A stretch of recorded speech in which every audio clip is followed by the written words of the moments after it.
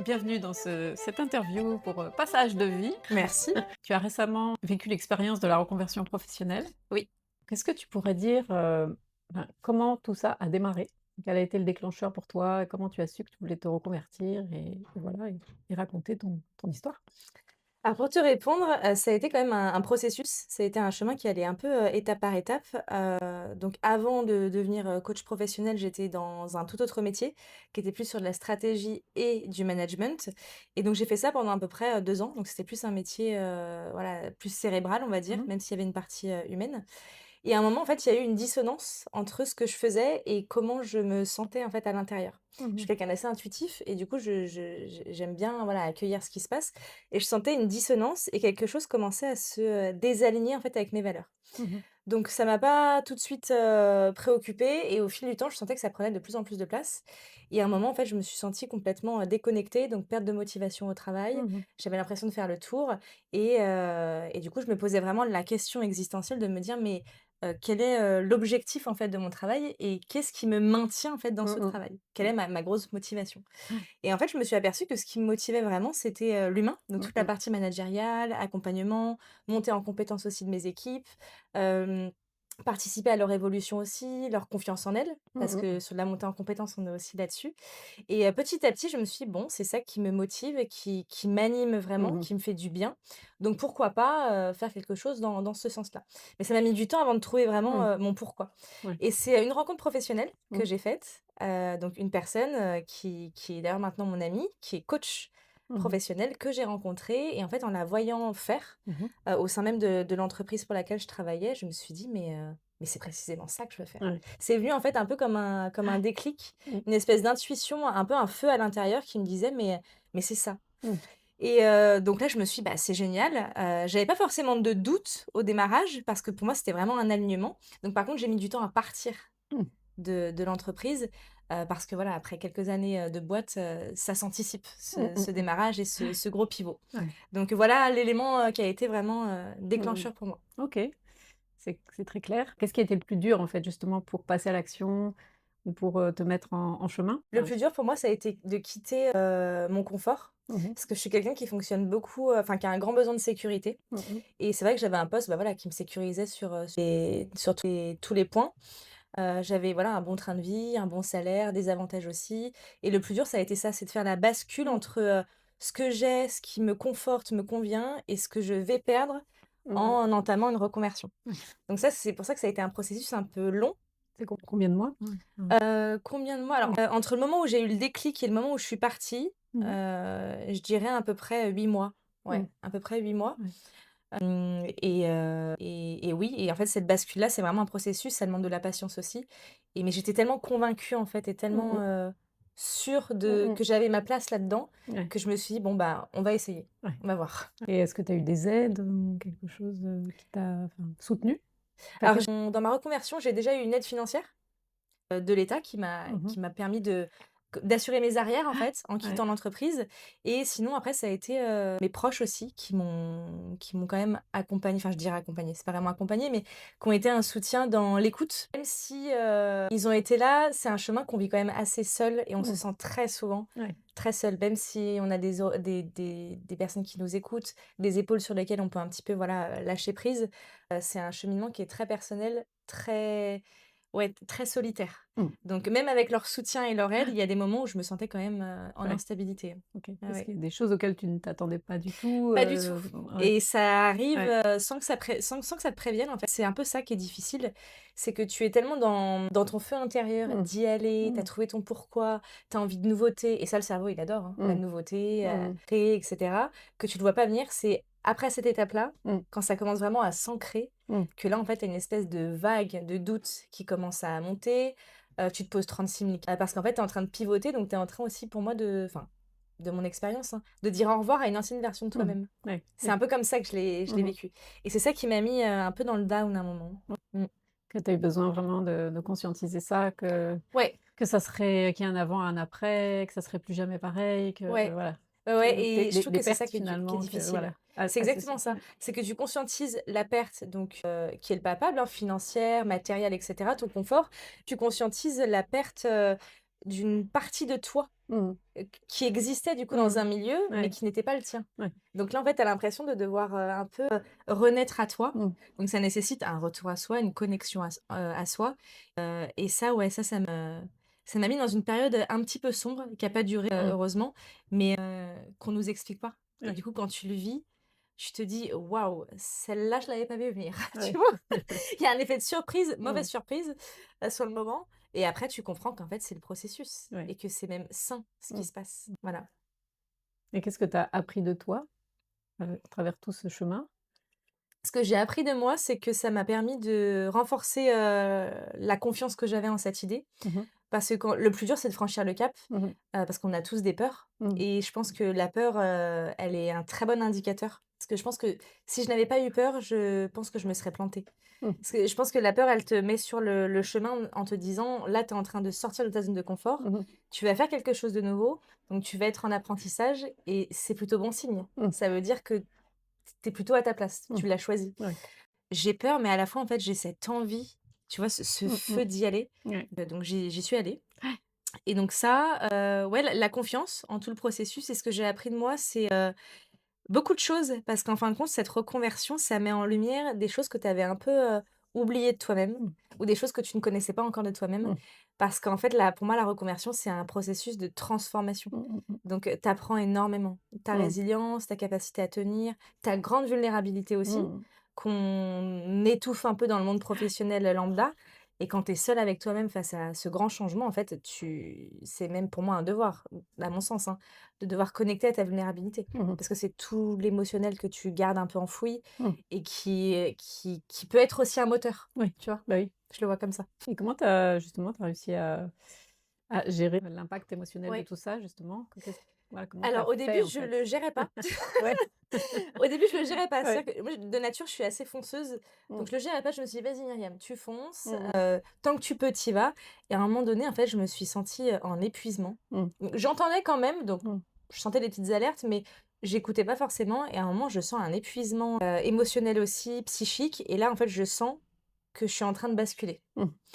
Et donc je sens que je suis en train de basculer, donc là, je commence vraiment à tout arrêter. Donc j'ai tout arrêté. Mmh. C'est ça que je me suis arrêtée à peu près, 1 mois. Je me suis dit: «Là, je ne fais plus rien, mon cerveau a besoin d'être en pause». Enfin, tout a besoin d'être en pause pour faire de l'espace et accueillir vraiment ce qui se passe. OK. Donc ce qui m'a aidée, c'est cette pause, d'avoir reconnu, Mmh. les signaux, Mmh en fin de mh. compte, d'avoir écrit. Mmh. L'écriture, c'est vraiment quelque chose, moi, ça fait partie d'un de mes outils préférés d'ailleurs que je préconise beaucoup dans mes coachings parce que tu libères tellement de choses et tu es tellement connecté, à toi-même. C'est-à-dire que tu es en intimité quand tu Mmh écris. mh mh. L'écriture m'a beaucoup aidée.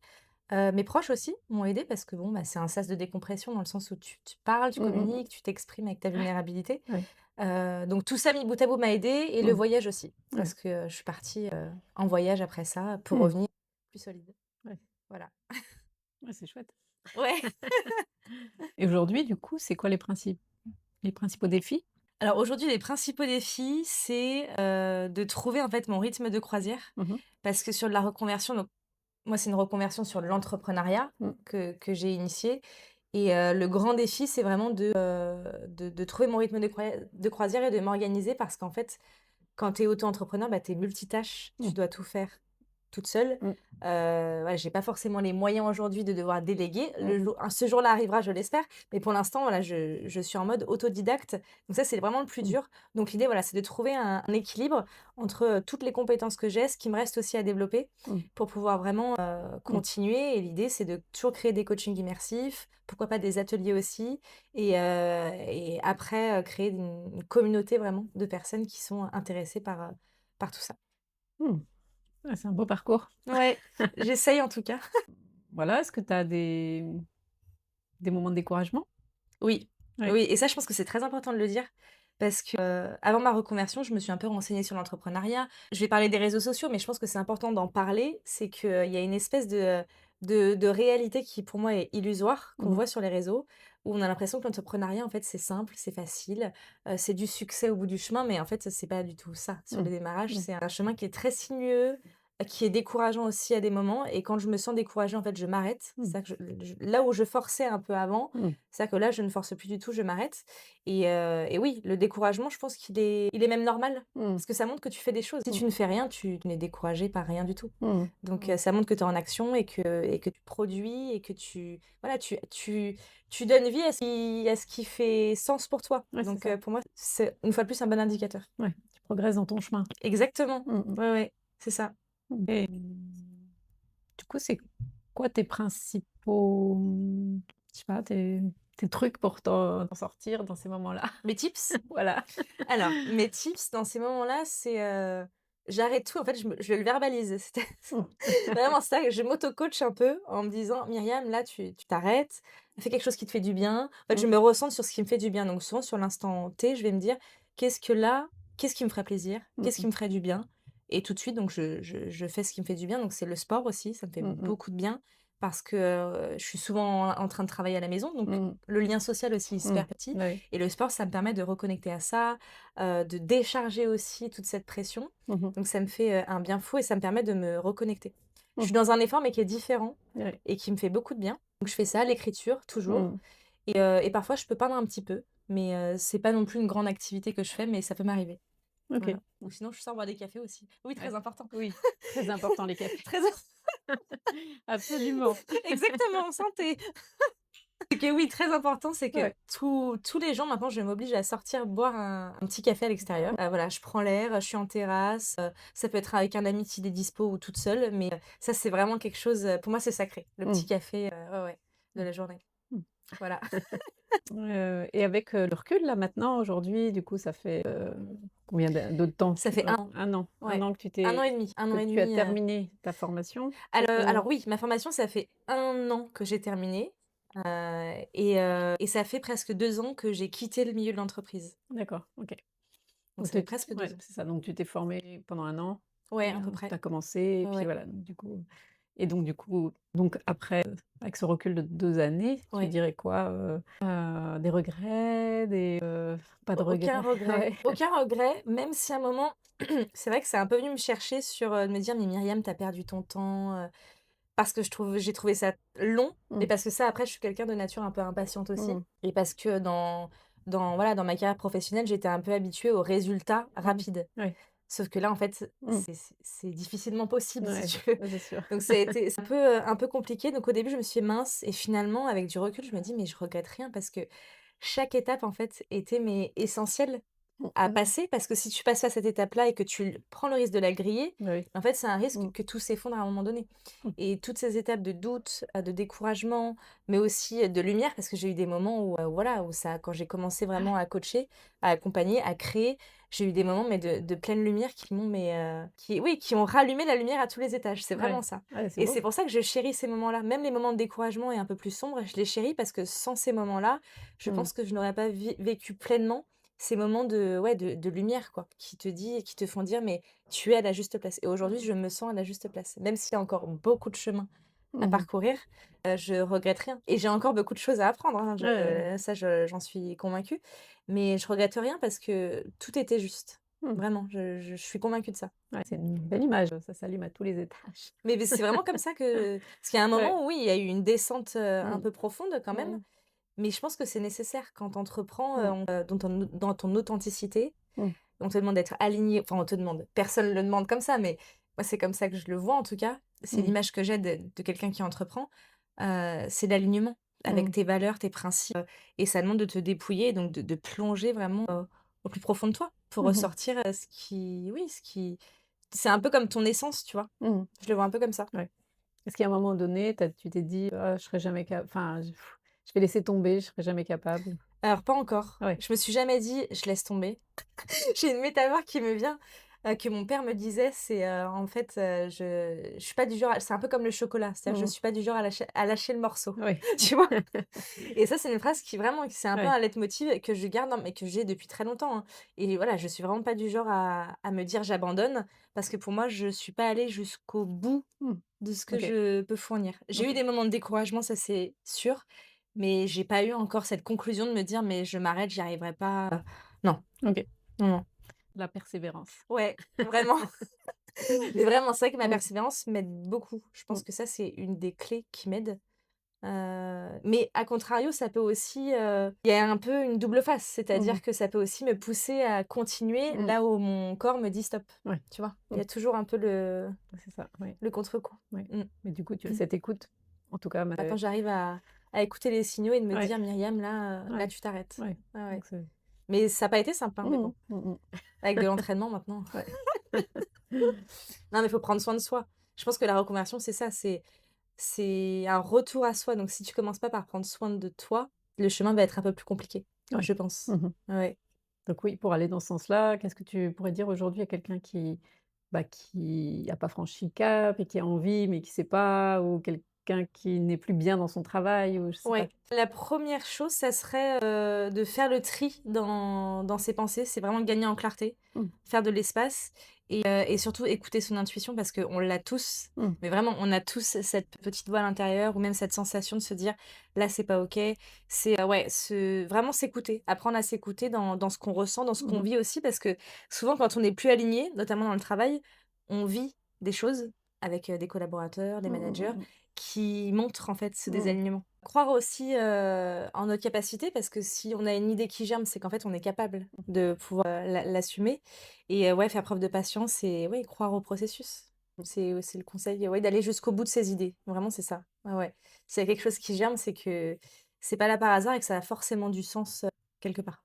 Ça a de la valeur. Oui, Prendre soin, s'écouter ouais, ouais, ouais, je pense que et c'est vraiment des clés, mmh, ouais, des clés essentielles. peut-être s'aider avec la créativité aussi. Oui, alors la La créativité, oui. l'écriture en fait Tu partie, vois, l'écriture, ouais. en fait totalement partie. Moi, je sais que ça m'a beaucoup aidée et ce que j'aime beaucoup dans la créativité, alors ça peut être il y a plein de formes de créativité, hein, Mmh. qui m'a beaucoup aidée, c'est qu'en fait, ça me ramène automatiquement à une authenticité, et en fait, ça me déconnecte du cerveau. Mmh Parce mh. que dans la reconversion, il y a de la formation, c'est tout reprendre de A à zéro.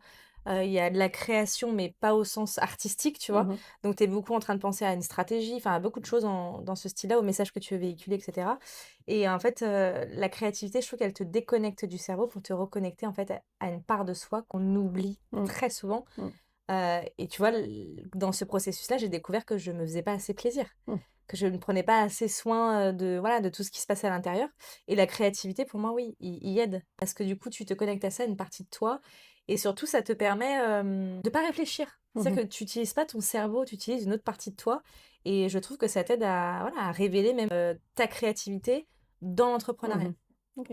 Donc je trouve ça, oui, très utile. OK. C'est ce qu'on propose de faire vivre, justement des expériences créatives, immersives, lors des 4 jours, de l'événement qu'on co-organise, avec, Emeline Génaud pour Passage de vie et on invite, bah, tous ceux et toutes celles qui veulent, à en savoir un peu plus, vivre autre chose, faire le point, un peu voilà, se challenger et rencontrer, des nouvelles personnes à venir nous rejoindre, lors de cet événement. Une dernière question qui me vient là, est-ce que tu aurais pas pu, rester dans ton travail et commencer, ton nouveau métier à temps partiel, par exemple, ou Alors si, j'aurais pu et bah, tu vois, quand tu m'as posé la question du regret, mmh, j'ai eu un peu ça en arrière-pensée. Je me suis dit: «Est-ce que c'est un regret ou pas?»